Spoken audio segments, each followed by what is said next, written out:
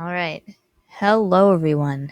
Welcome back to Terror is Coming. I know it's been a long time since I did one of these. I already hit over 100 videos.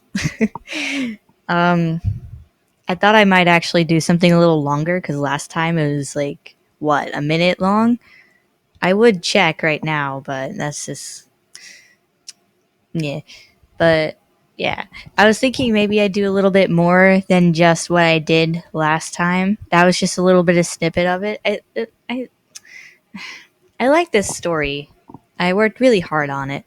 It's actually still in editing mode, but I'm just getting to the parts that have been edited. So yeah. All right. So just a quick recap. So Maya got taken from her house, not against her own will, but she was taken by government officials to Area 51, and Dr. Hedden greets her at the door and explains about a creature that kept on mentioning her. And the creature happened to be Terror with a. And he kind of. He did a big speech over here and creeped us all out. And so now it's after that all that hullabaloo happened,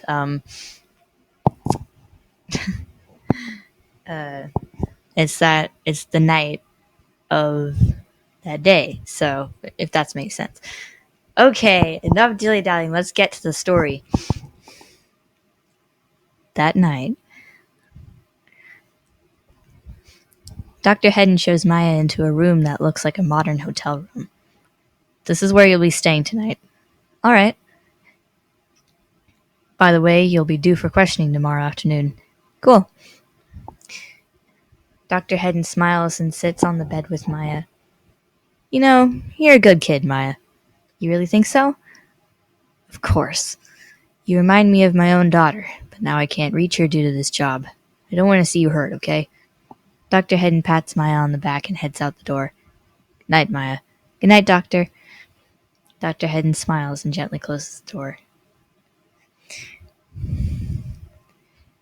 Terror's eyes glow in the darkness of the holding cell. He is still sitting against the wall with one of his ears pressed against the steel wall, listening to Maya and Dr. Hedden's conversation as he plans his next move.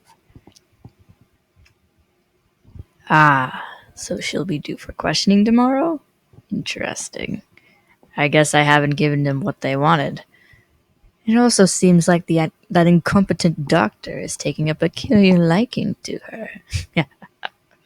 Alas, there's a possibility she won't be here much longer, neither will anyone else. Bah, that's too boring for my liking. After all, this will probably be my only chance to be with her in the flesh, so I intend on making the most of this opportunity. All right, humans, prepare to be terrified. Next day, Maya gets herself out of bed and dresses for the day. As she walks out, Dr. Hedden is waiting outside her door. Rise and shine, guess who wants to speak with you? Terror? He won't shut up. I guess there's a reason he's got 3 mouths, huh? Yeah, but I didn't expect him to be this talkative. Maya once again enters Terror's holding cell, but this time Terror is already smiling. At last you show up. I have so much to tell you about my next move. Your next move, huh? Is that why you won't shut up? Don't act like you are brave, Vader there. I can read your thoughts like a book.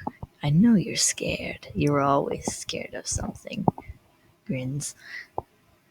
Just get to the point. I have decided to have a little fun with you humans by playing a game of, how should I say it, detective. You and your friends won't rest peacefully tonight, nor the next, and so forth. I will be delivering you clues on these restless nights. I will not engage my master plan until the end of next week, and you have exactly that long to figure out how the world will end and stop it from happening. Have fun. Is that all? Terror looks up for a bit, then looks back down at Maya with a grin. No. What else do you have Sorry. What else do you have to tell me? What I have to tell you is this. You have something new on your laptop that I've been waiting to deliver. Enjoy your present. Also, the maggots want to tell you something. Terror opens his mouths wide to reveal hundreds of maggots. Squish, squash, mish, mash, watch our hungry jumpers gnash. We maggots hungry and master starving. Feed us, or we'll bite you to bits. Terror closes his mouth and glares at the scientists on the other side of the observation window, smiling with a hint of trouble. Smiling with a hint of trouble. Better hurry with our meal, doctors, or she'll end up as a fine demon hog cuisine instead.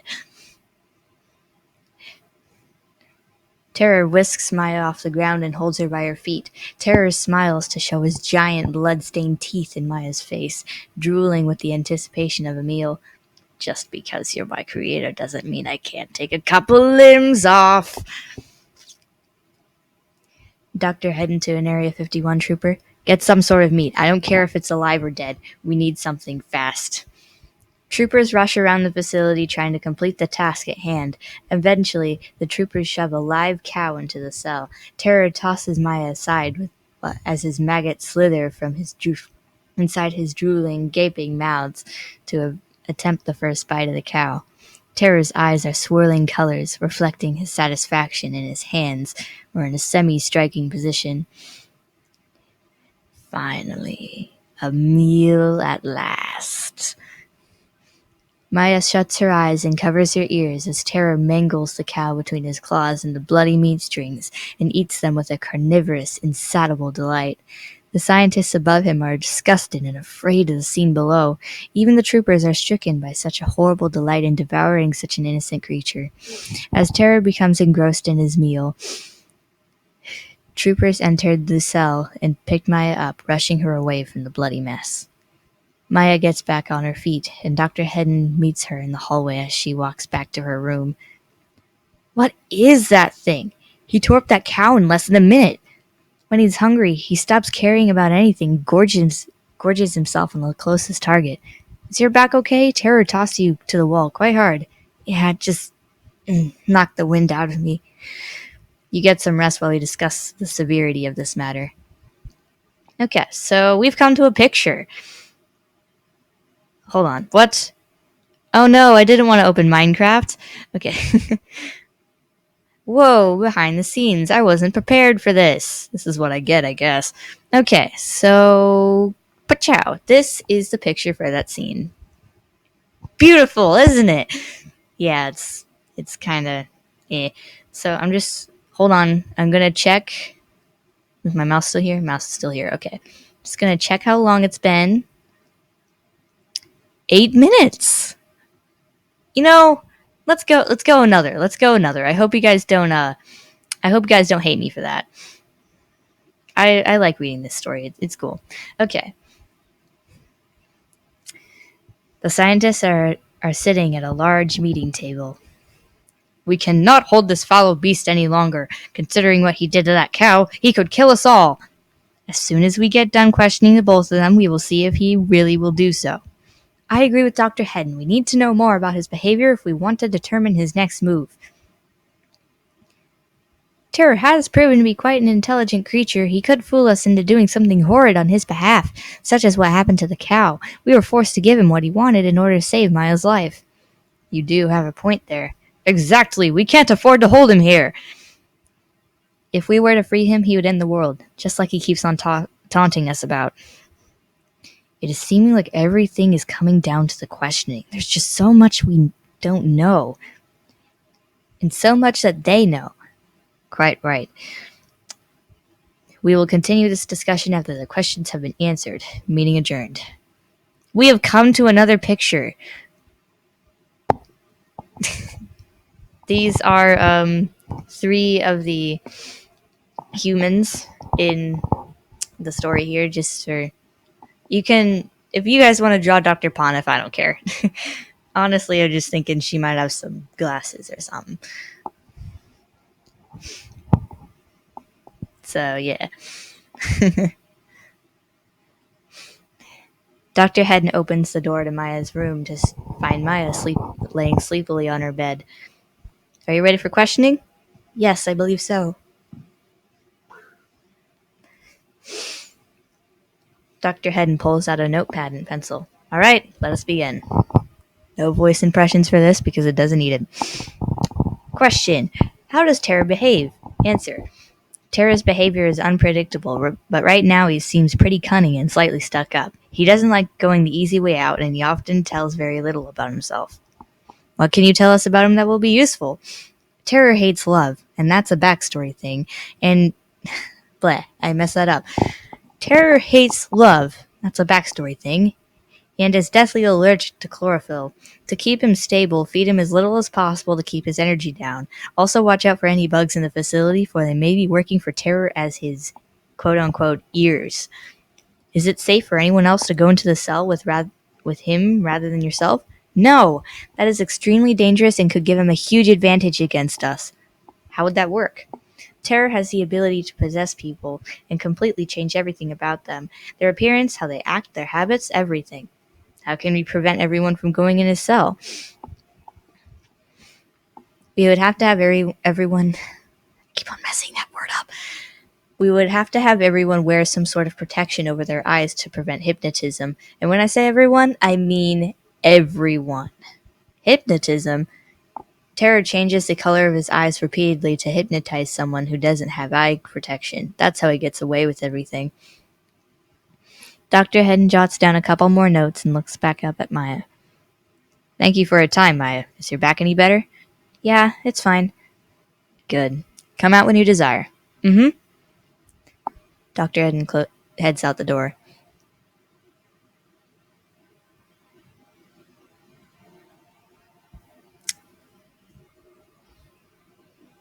The phone's ringing. Well, I can't get it. Alright. The scientist meeting continues. Hypnotism, possessing people, this is an outrage. How could we possibly go up against a creature like this? Please, calm down, Dr. Vencluse. Remember, he does have his weaknesses. He is deathly allergic to chlorophyll. That means he's allergic to any plant substance, like lettuce or spinach. In other words, Terror is a carnivore. He also hates love. What does that mean? She said it was a backstory thing, so it must not be anything we need to worry about.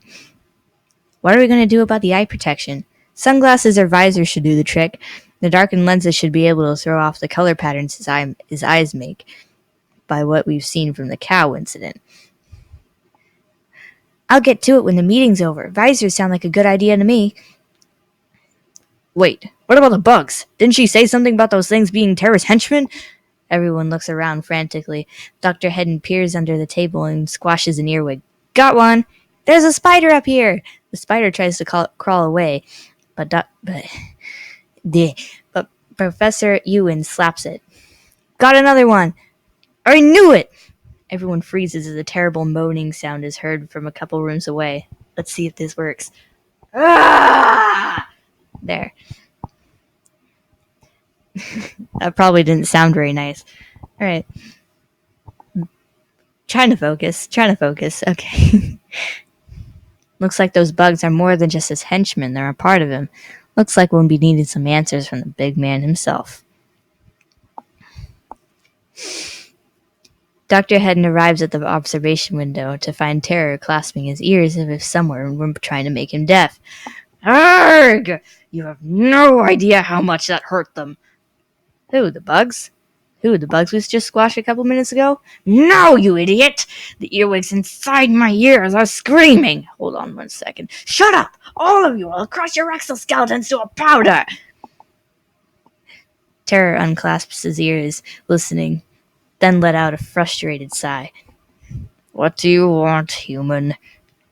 I wanted to ask you a few questions. You really think you can get me to answer your imbecilic little questions?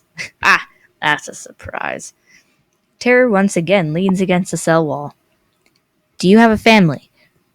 Terror freezes and glares at Dr. Hedden with an unexplainable smile.